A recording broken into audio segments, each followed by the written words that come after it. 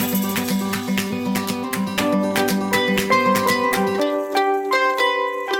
righty. Well, good evening, everyone. My name is Allison Purgel, and I am the lead librarian at the Norton Shores branch of the Muskegon Area District Library.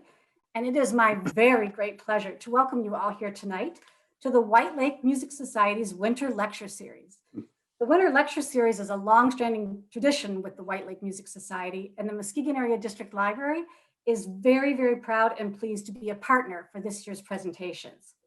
Before we get started, I did want to take a moment just to explain a few housekeeping details. We will be providing a question and answer session at the end of the presentation. So during the program, if you have questions, feel free to go ahead and add them via the chat option at the bottom of your screen, and we'll get to them when the session starts. Or when we get to the question and answer session, if you raise your hand, if you're showing your video, then we'll call on you that way and allow you to ask your question that way as well. And also, if you missed anything tonight, or you know of someone who couldn't attend tonight, no worries, because we are recording this session and it will be posted on Madel's YouTube channel very shortly after the program. So without further ado, I will now like to turn the program over to this evening's moderator from White Lake Music Society, Mr. Bob Swan. Take it away, Bob. Okay. Well, the White Lake Music Society, in partnership with the Muskegon Area District Library, welcomes all of you to our winter lecture series, tonight featuring Muskegon native Thomas Wikman. Tom's an outstanding concert organist, musicologist, conductor, and voice teacher. Some of his students have sung important roles in the world's leading opera houses, and over 60 of his students have gone on to professional careers in matters of voice, whether singing or teaching.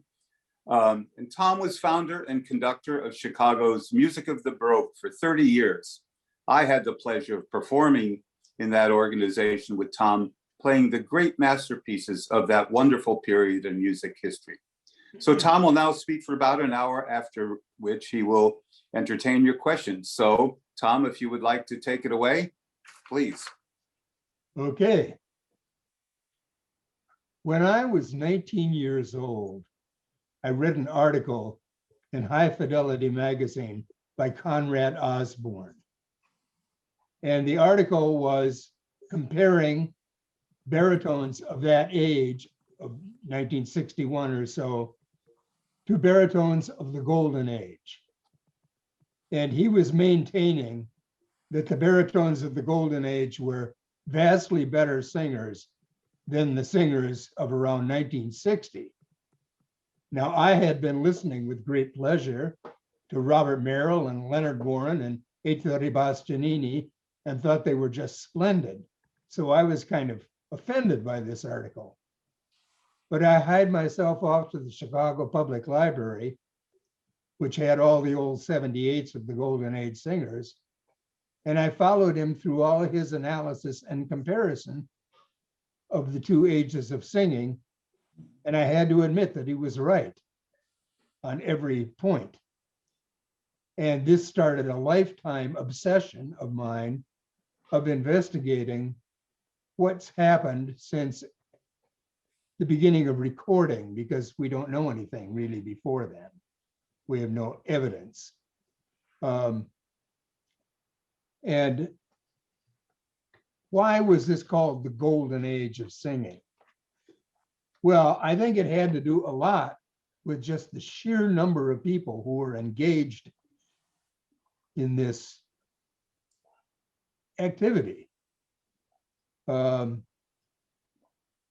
They figured in Italy at that time, everybody sang. And they sang in a beautiful language, the Italian language, which at that time was not universally spoken in Italy. Probably only 5% of Italians spoke Italian. They spoke Neapolitan or Sicilian or their home language. But the operas were in Italian. And so it did a lot to further people's knowledge of that language. Many things played into why there were so many great voices. First of all, Italy had a wonderful climate for the most part, if you weren't way up in the mountains. and people worked outside and therefore had to use their voice in a very projected manner. Probably the closest example we have here in America are people who worked on farms before the advent of walkie-talkies, and they had to call out often over great distances. And it's not surprising that many of America's great singers came off the farms because they were used to exercising their voice in a very vigorous manner. Another thing that played into it was the schooling. Every school had a choir, and Italy had these, they were usually all male or all female schools. And they always had a choir that was made up of 4 parts. And first and second soprano, first and second alto, as far as the women were, and then tenors and basses. And what this did was cultivate voices at a more sophisticated pitch level than you would necessarily get if you just had a mixed choir, where the baritones have to sing with the basses and the mezzo-sopranos have to sing with the contraltos. And also this pervaded in the churches too. They generally had one or the other, generally an all-male choir. And if they really were hot stuff, they had a boy choir. And this was extremely widespread at the turn of the 20th century. And another outlet for operatic style singing, because there wasn't that much difference between opera singing and popular singing back then. They both used the same kind of vocal production. So there were cafes and taverns. This is before recorded music, of course. And so every place had a little band and a singer with them. And there was a tremendous outlet for singing. There also was another thing that played into it. Puberty came at a very late age, 17 or 18. And this meant that the prepubescent voice, or the head voice, was greatly exercised, and for many more years than it is now, where puberty comes at, what, 12, 11, you know? So people nowadays leave off their childish voice at that point, and their voice descends into the deeper position of a mature voice. But the head register isn't exercised very much. And as a matter of fact, as a voice teacher, that's what modern voice teachers have to do, which is attempt to strengthen the head register until it's as strong as the chest register. Another thing for the outlet of singing at that time, say in the year 1900, there were 116 opera companies in Italy, spread all over the peninsula. Now you're talking about a nation that was the size of California. And imagine California with 116 opera houses. And they put on all manner of operas, the fancier, the better, and is doing as much as they could. They played the contemporary composers like the late Verdi, and Puccini, of course, was composing all through this era. But they also, in the provinces, went back and did a lot of Puccini and Donizetti and Rossini. And so a lot of great singers would be the star singers who would go out to, say, Ascoli Piceno and sing I Puritani, an opera that wouldn't be done at, say, La Scala or San Carlo in Naples because they were too old-fashioned. You also had a mixed entertainment kind of world where people would put on a play with songs in it, various acts. As a matter of fact, if you remember the film, The Godfather 2, there's a scene in there where Vito and his buddy go to see the buddy's girlfriend in a play, and a fellow in the play sings a song. So anyway, the output of operatic style singing was tremendous. And how many people participated in this? Well, there was an Italian, Roberto Bauer, who wrote something called the Historic Records. It's 500 pages of tiny, closely set type, detailing, not by all means all the singers that were alive then, but I think he's got about 5,000 singers in there that recorded operatic material. As a matter of fact, Rosalia Kalia, a soprano that no one's ever heard of, made 80 recordings between 1900 and 1901. In other words, in a 2-year period. It gives you an idea how much activity there was. Now I'm going to get to the actual records. What I would advise is turning up the volume on your machine till the voice sounds as loud as you like to listen to Pavarotti or Domingo or whoever. And you'll hear background noise. People have a tendency when they put on these old records to put it on and they hear, immediately they hear that hissing sound. Oh, they turn that down because they're not used to that with modern digital technology. But if you want to get the most out of listening to these records, try to listen to the singer and get them at the volume that's appropriate. The first one I'm going to list is Caruso. This is recorded in 1904, and Una furtiva lagrima from the Elixir of Love.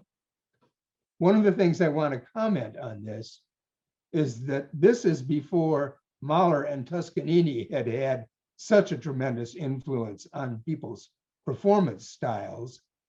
And so the singers took enormous liberties with the music. This is nowhere near the most extravagant of the liberties taken, but it gives you a little idea of what singing was like in the beginning of the century. So Caruso singing Una furtiva.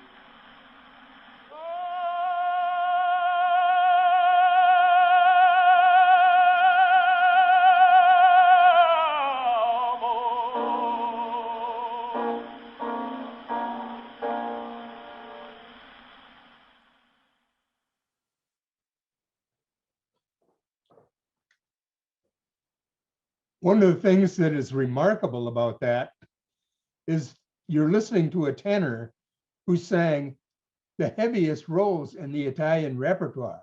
He was a great Radames and Aida, a great Pagliacci, and yet he could turn around and sing with that kind of delicacy. And only once or twice in the whole aria did he let out his voice to a more vibrant sound. Caruso was the most famous singer of his time, but the world loves a tenor, and there were two tenors that were enormously popular at that time. He was one of them, and the other one was John McCormick. Ben, I'm going to ask you to skip over to the Rigoletto of McCormick, number 3. McCormick was an Irishman, but he spoke Italian like a native and studied in Italy and never sang opera in any other language. He was a lyric tenor. He was kind of the Pavarotti of his age. He was enormously popular. He made almost 900 recordings. And think about some tenor making 80 CDs of you can give you an idea what his repertoire was like. This is the first aria of the Duke in Rigoletto. Questo, quella, this woman or the other woman. And the thing he brings to this, not only flawless singing, but great charm and elegance, perfect for the role.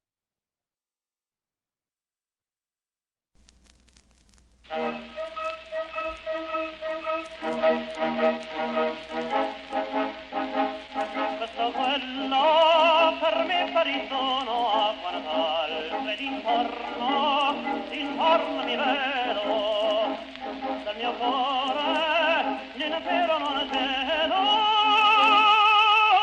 meglio ad una che ad altra beltà la costoro avvenendo e quella dono e di che il fato ne fiora la vita di questo mi torna gradita forse un'altra e domanda sarà un'altra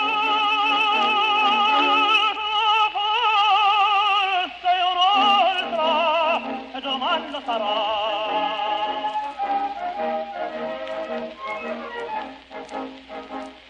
costanza tiranna dal cuore le sentiamo quale morbo crudele sa chi vuole si servi fedele non vi amor se non v'è libertà e dei mariti il geloso furore e degli amanti le smanie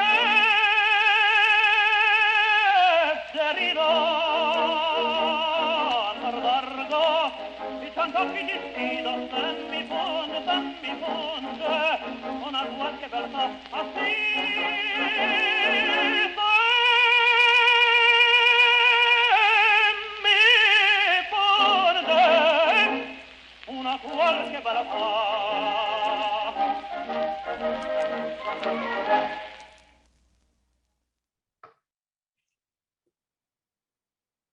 McCormick and Caruso, although they were competitors in the world of opera, they were very good friends and enjoyed talking about singing and demonstrating singing to each other. As a matter of fact, it was Caruso that originally inspired McCormick to take up operatic singing. I think, okay, I see what the time is. Thank you. I'm going to do another skip, Ben, over to the Tetrazzini, the first Yen Diletto, number 5. Tetrazzini had an older sister who was a famous singer, Ava Tetrazzini. And one time, someone came to the household to deliver a music for an opera. So Louisa, who was desperate to get into opera, went to the audition rather than tell her sister about it, and got the job and started a phenomenal career herself. She was one of these singers who sang in what we call the outposts of the Italian opera empire, which was in Russia, South America, Mexico, where she got paid a phenomenal amount of money to sing. She made and lost at least 3 fortunes in her lifetime. But when she started out, she made most of this money singing things like Aida and Trovatore, very heavy repertoire. But she maintained the bel canto discipline, absolutely. And here you're going to hear her in a Bellini selection, Bien diletto.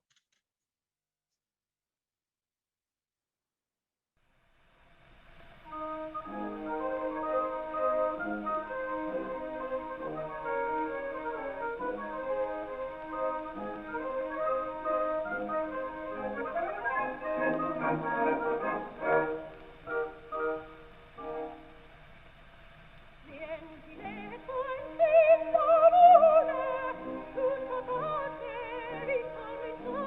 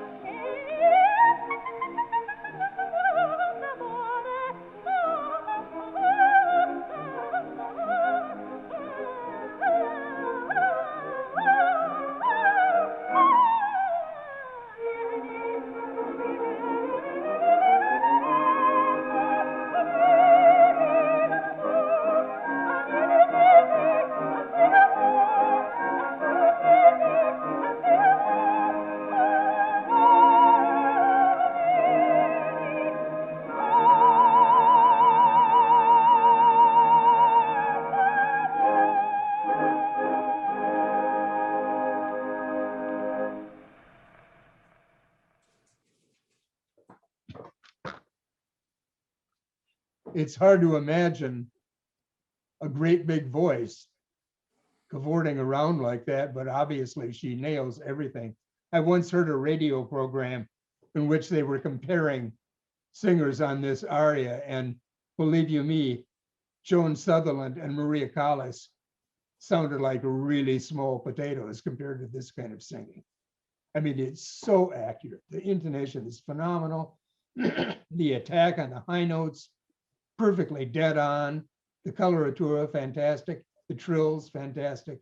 She could literally sing anything. Now I'm going to play a lighter soprano, singing from the same opera, same role, but a lyric coloratura, Amalia Gallicurci.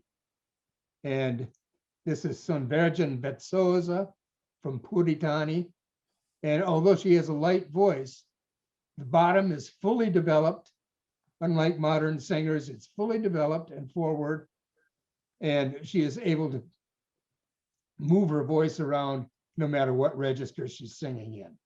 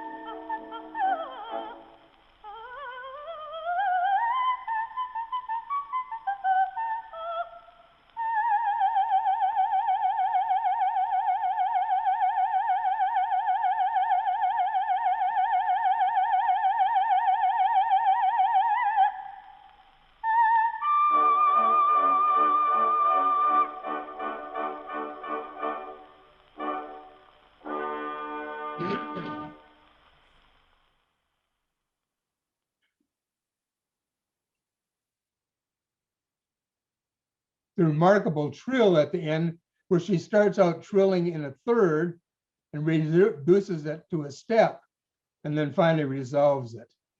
She actually was a concert pianist to begin with, but someone heard her singing at a party one night and encouraged her to take up singing. And she got a kind of late start, but she became a very, very famous singer. You know, I'm gonna go a little out of order and jump over to a baritone here. We haven't heard that register. Let's go to number 13, Dinora Meyerbeer. This is Tita Rufo. He had an enormous voice, which he could control with utter delicacy, but the actual timbre was incredibly weighty and brilliant. He was a very, as all these singers were, very highly paid. He was the highest paid baritone in the world.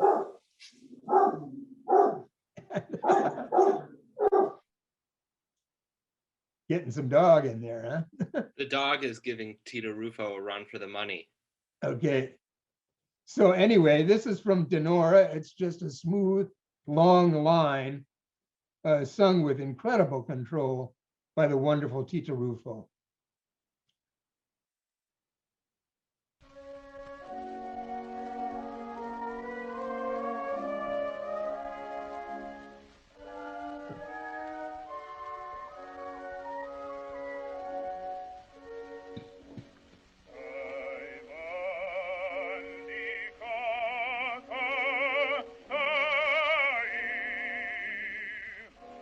Dal mio colle abbandono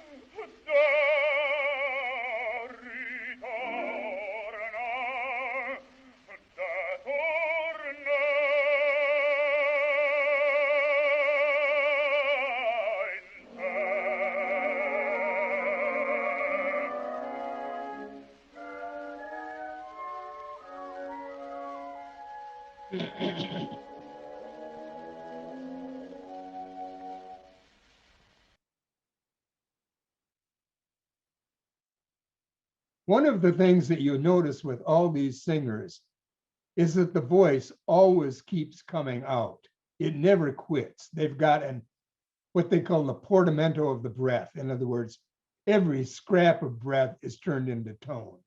There's no air escaping. There's no wobbles. There's a kind of throbbing emotional quality when they really pour it on. But superior technique produces more sound, always. I can assure you of this as a voice teacher. When someone makes a technical jump, the volume of their voice automatically increases. And these people sang a much bigger repertoire from heavy to light than anybody does today.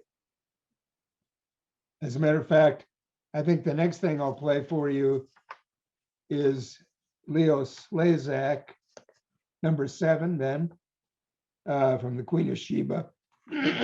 Excuse me. Leo Slezak was the most famous Otello of his time and sang all the big Wagnerian roles, Siegfried, Tannhäuser, Lohengrin.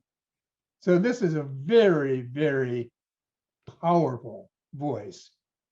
They were knocked out at the Met when he went there in, I think, 1907, just how powerful the voice was.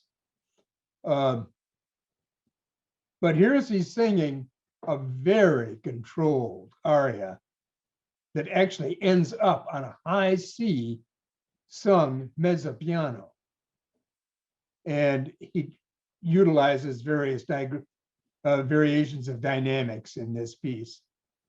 This is Magical Sounds, Magische Töne by Goldmark.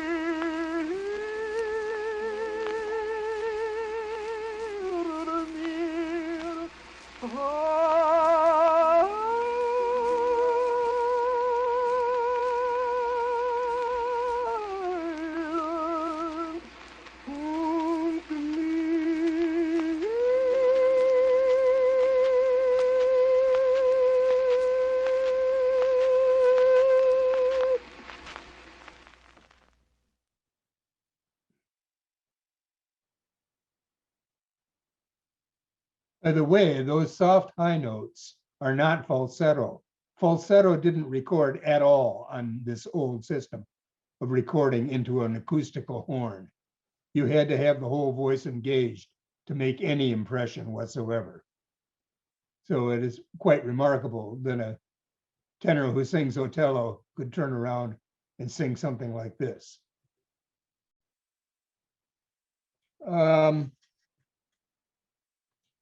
Let's go back. Well, I want to talk a little bit. I think we have time. This was a period of what we call verismo opera was being composed at this time. Much more violent and less bel canto. And I want to go to number 10 then, Bernardo de Muro. This is Mascagni, person who wrote Cavalleria Rusticana. And this opera is not done today, mainly because of this role, which there's no tenor today that could possibly sing this. This is, if we've been listening to bel canto, we're now going to be listening to canbelto. So this is You Who Hear My Cry from Isabeau by Mascagni.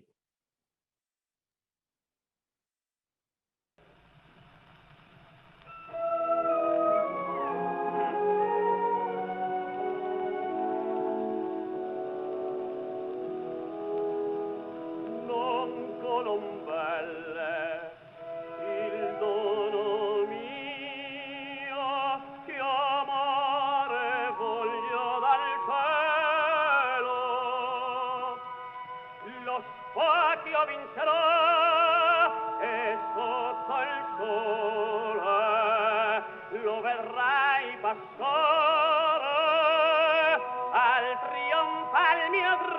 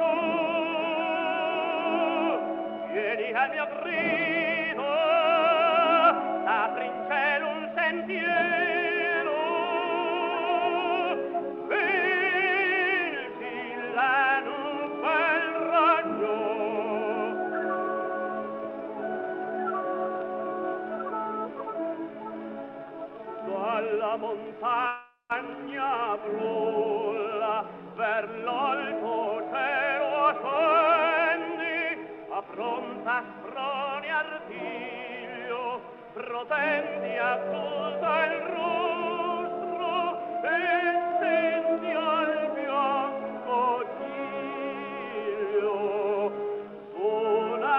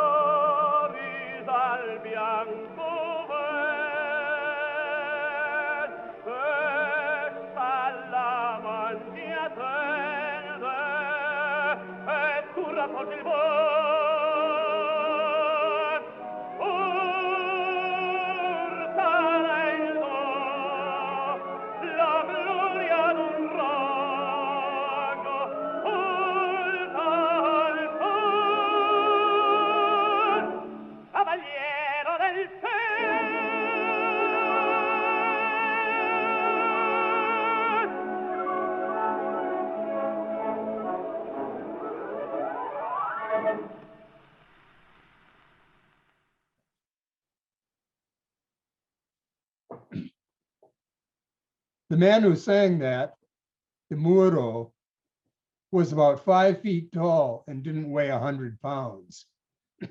And yet he had an enormous, enormous voice, which we tend to think now, if you have a huge voice, you have to be a huge person. He certainly wasn't, but he certainly made the sound of a giant. Okay, I better wind it up here. Let's go to the very last thing, Ben, the Caruso-Rufo duet.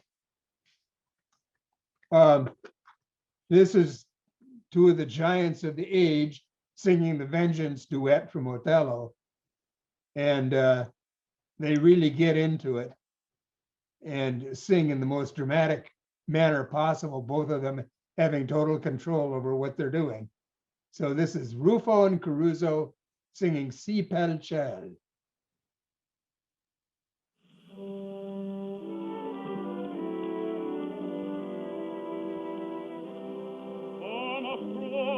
Colpa, io non avrei un sogno che rivela un fatto, un sogno che può dare forma di prova dal predizio, e qual allor vedesse in mano di Desdemona un tessuto trapunto a fior e più sottile d'un velo.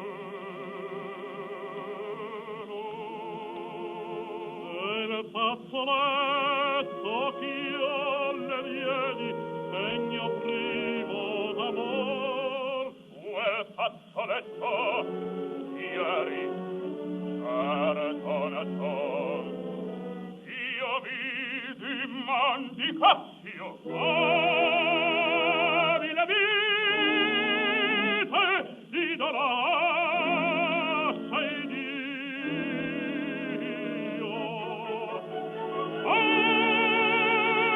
Le povera preda il furor mio, Iago, quel corticello, tutti lamelle pietosa larve, tutto il mio vano amore salta al cielo, guardami e serve, belle sospire d'angue vita non vince, ma sangue, sangue, sangue! Si quel ciel barbareo giuro, per la sorte folgorì, per la morte, per l'oscuro mar terminator, dire di impetuoso tremendo, presta via che folgorì, questa mai, io lei mi stendo, portate ancor, testimone il sol che io miro, e mi radia d'anima, l'ampia terra e il vasto spiro, creato nel cuore, ed autello io s'apre ardenti, cuore, braccio ed anima, anco d'opere e crueti,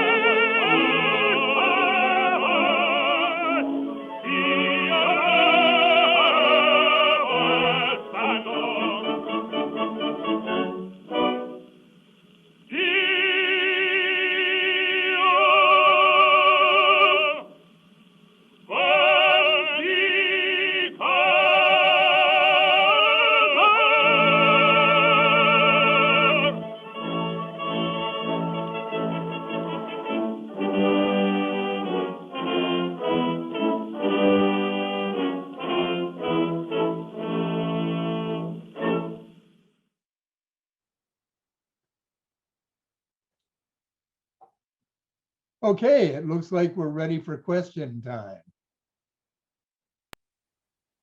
Are there questions? There are, Tom. Let me go back. Our first question that showed up this evening was, could you discuss influences such as microphone development, when that might have been, as well as radio, obviously later than this, and how that might have influenced later voice performance? Unfortunately, although it allowed us to listen to performers in some other way than live, probably the improvement in sound has been the most devastating effects on singing. What you're basically listening to now are people who learned how to sing without the aid of a microphone. They never heard a recording. And so this gives a much better idea of what was going on in the end of the 19th century. In the next generation, we get the first generation of people who actually listened to other people's recordings and imitated them. And that was not a good thing overall.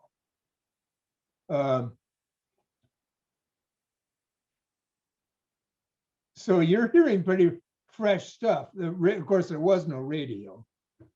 That comes out in the 20s, really. One of the things that should be noted about these recordings is they were sung into acoustical horns. And the singer had to be perfect. It wasn't like today where you can do retakes to get the music right. No, the singer had to have it perfect all the time, because a whole bunch of takes would just be thrown out because it didn't work out. It didn't sound good. The technology wasn't up to it, so they do another take. The singer had to be able to stand there and sing it 6 times in a row, if necessary, to get a good take. So that's another thing that's so remarkable about these recordings. Okay? So interesting.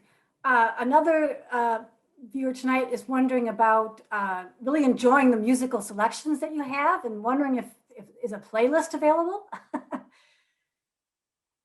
I don't know, maybe Ben interject. could send. Yeah, so if you like, Tom, I can set up a web page where people can find the recording list that you shared with me. How does that sound? Yep. Okay. So that'll I be had up. I'll put 19. it in the chat. Right. It'll be ready in just a minute here. Excellent. Thank you so much, Ben. Really appreciate that. My pleasure. And another question is, what was going on across the rest of Europe at this time in terms of voice? Germany was just as busy as Italy, and France and Spain too. Spain was sort of what we would call an outpost of the Italian operatic empire. And many of these singers sang in Spain. As a matter of fact, almost everybody paid better than Italy. And some singers like McCormick and Caruso, after starting their careers in Italy, never sang there again.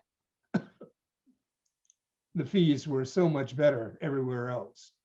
London, New York, South America, Mexico, Russia, they paid golden fees. But every country had their operatic development. It wasn't just Italy. I mainly stuck with the Italians this time. There's one German in there, Slezak, who was sort of the principal tenor in Vienna before he went to the Met. And actually after the Met too, he went back. And McCormick, who was an Irishman, but might as well have been an Italian for the way he sang and the operas he sang in. But really, all countries of Europe had this. I had to, you're trying to narrow down 5,000 singers into one hour of listening to music. So I picked a sort of narrow thing and names that people might know. And that were also people who became very wealthy from singing.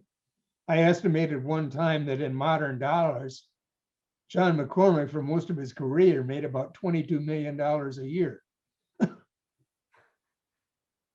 Wow. We have a lovely comment from Carol Voigt saying, being raised in the 40s, we had my grandmother's Victrola up at the cottage and tons of 78s. I remember there were several of Caruso and also McCormick, though I do not recognize any of the other singers' names tonight. What an enlightening lecture, Tom. Oh, well, thank you. And I believe there's another question here. Judy wants to know, could you discuss the influence of churches and singing in church on these golden age singers? Tremendous. Most people began their career in church. You would start out as a boy. Well, the women, unless you were a nun, you probably weren't singing in church. But if you were a man, you started out singing in the boys section. And voices, men who were sopranos to begin with generally turn into baritones and basses, and men who are altos turn into tenors. And so every cathedral in Europe at that time had large choirs were typical. It wasn't unusual at all to have 100 men and boys as your choir. And the influence was tremendous. They sang Gregorian chant, they sang Palestrina, they sang Durante and people from the 18th and 17th century. So it was a tremendous influence. I mean, the birthplace of a lot of singing. Verdi said that, or birthplace were all sons of Palestrina. Allison, Mm-hmm. may I ask Tom, how are the very, very best singers of today, the ones that are household names, how do they stack up to these people that you've been talking about? I'm talking about the absolute cream of the crop of today. Absolutely today, no one.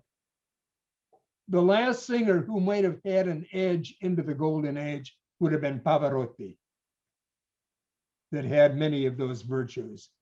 But I don't know that he would have been over Caruso or McCormick or many of these other famous singers. But at least, as a matter of fact, he was one of the last singers that was trained in a golden age way.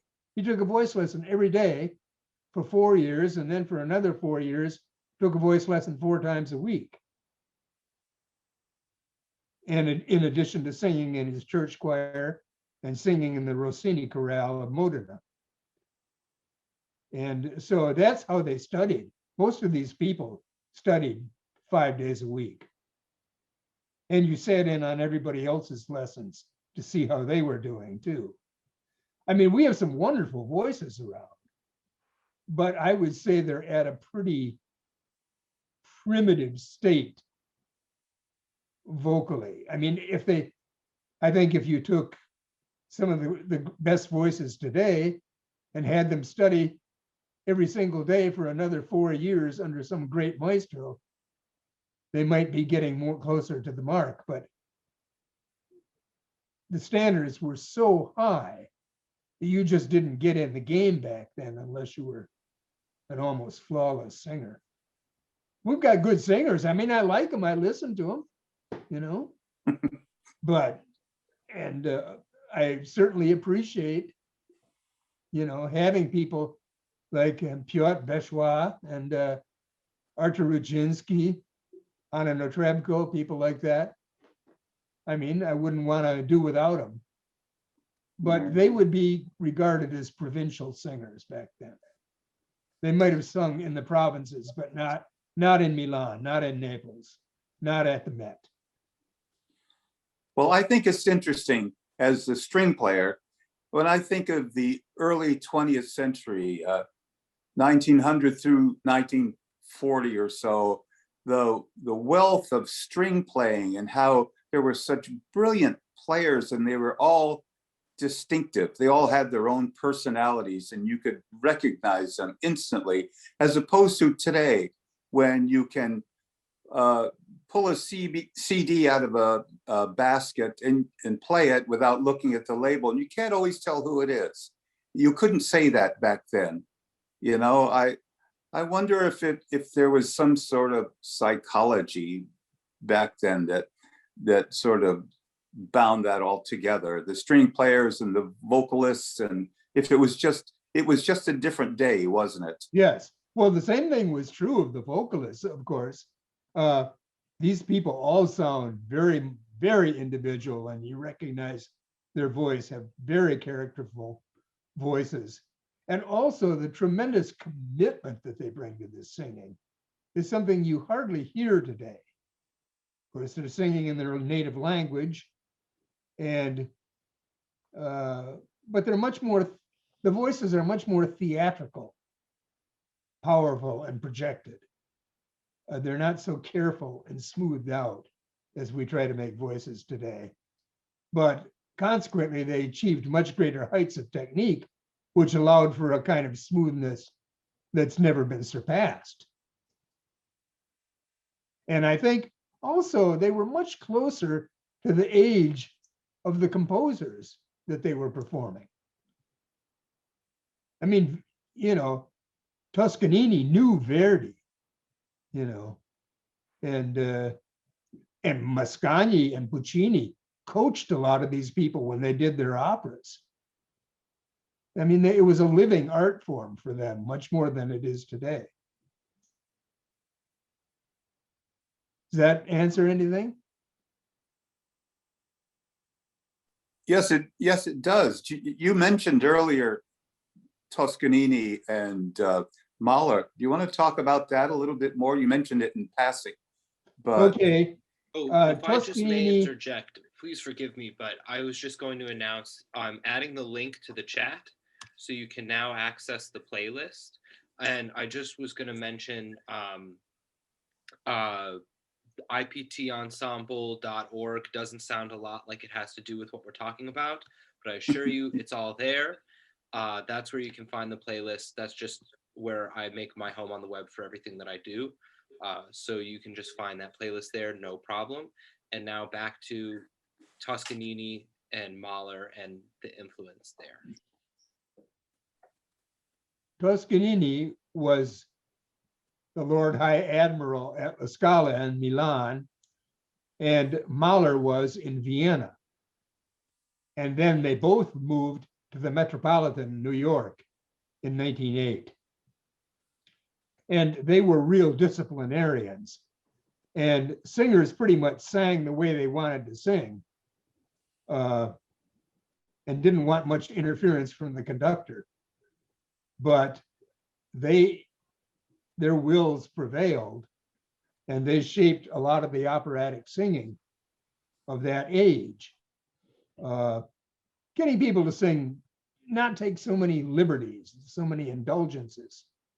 And you can hear a big change. The first thing I played, Caruso taking quite a few liberties in Una Furtiva. He recorded it about 4 years later, and all those liberties are gone. It's a much more modern interpretation. And Mahler and Toscanini were the influential conductors of that time. They had a tremendous impact on the performing styles. Toscanini, as a matter of fact, he conducted the first performance of La Bohème, first performance of Pagliacci, first performance of Turandot. I mean, they were heavily, Mahler, of course, back then was very revered as a conductor, and not that many people loved his music. That's turned all around. He's famous now because he was a composer, but he was famous then because he was a conductor.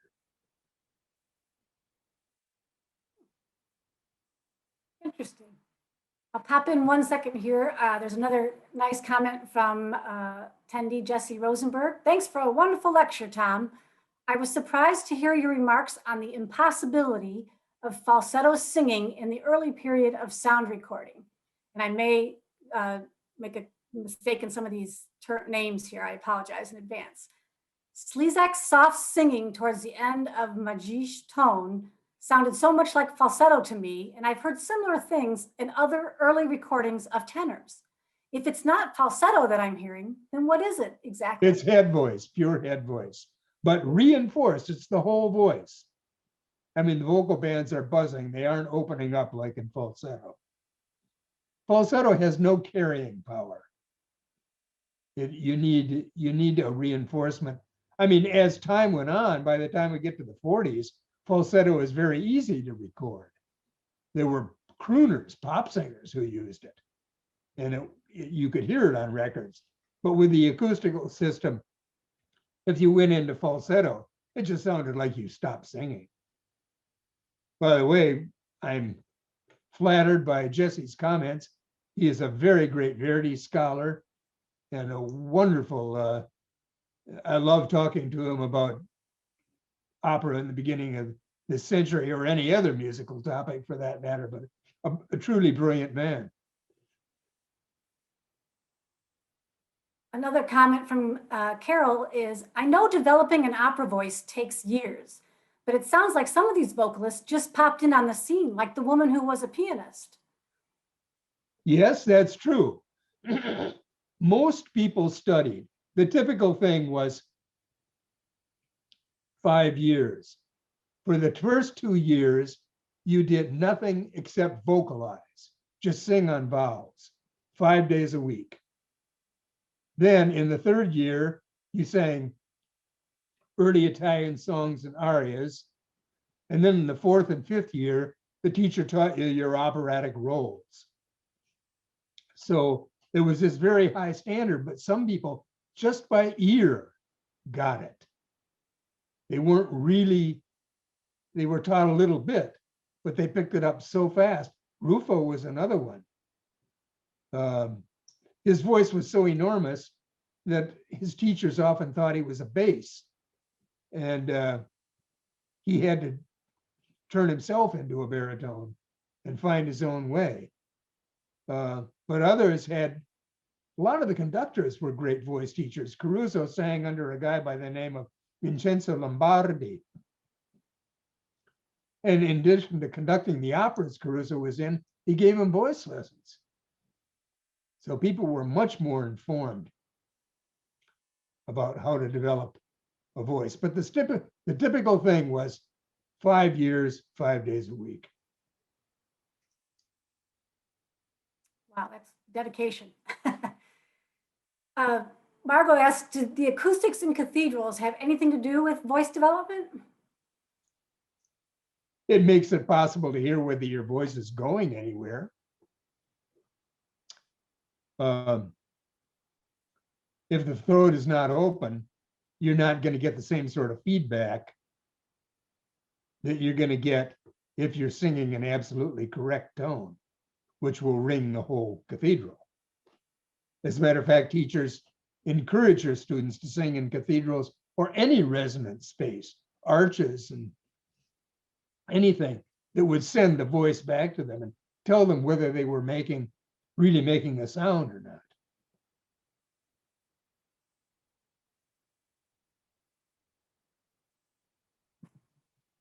Do you have any more questions, Bob?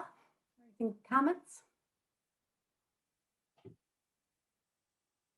Well, shall I play a couple more tunes?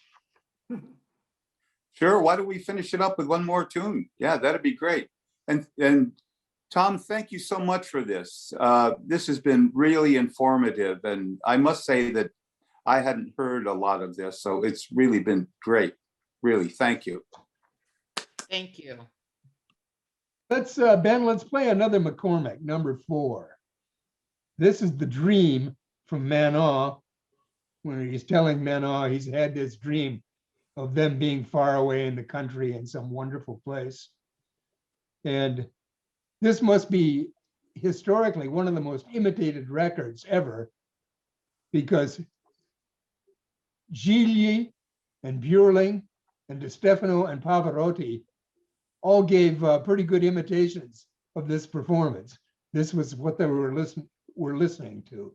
And you will hear at the climax where he comes out with a very, goes up to a high with a very full sound, and then diminuendos it off. Kind of a technical control that you just don't hear today.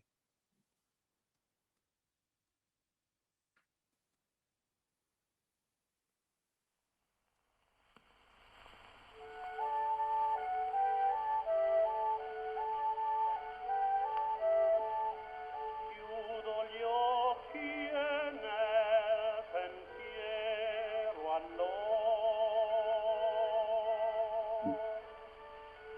laggiù maletta, piccola casetta bianca in fondo al bosco nero.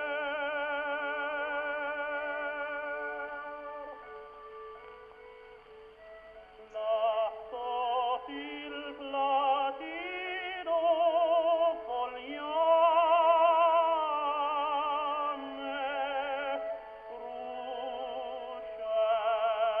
ruscelli chiari bei, ove specchia il frascame,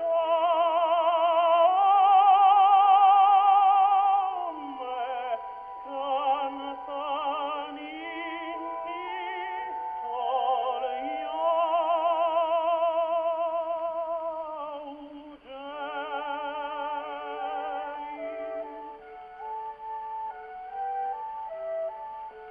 O beato asil, ma no, tutto sembra triste posto.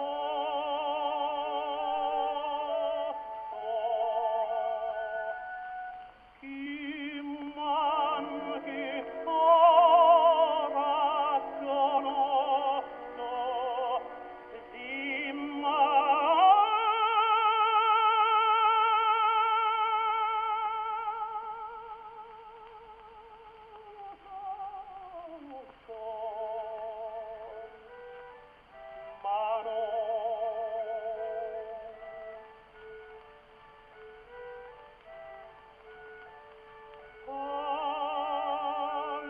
la nostra vita sia,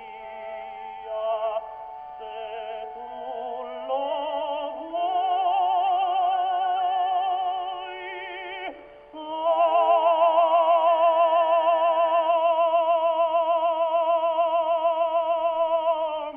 ma no.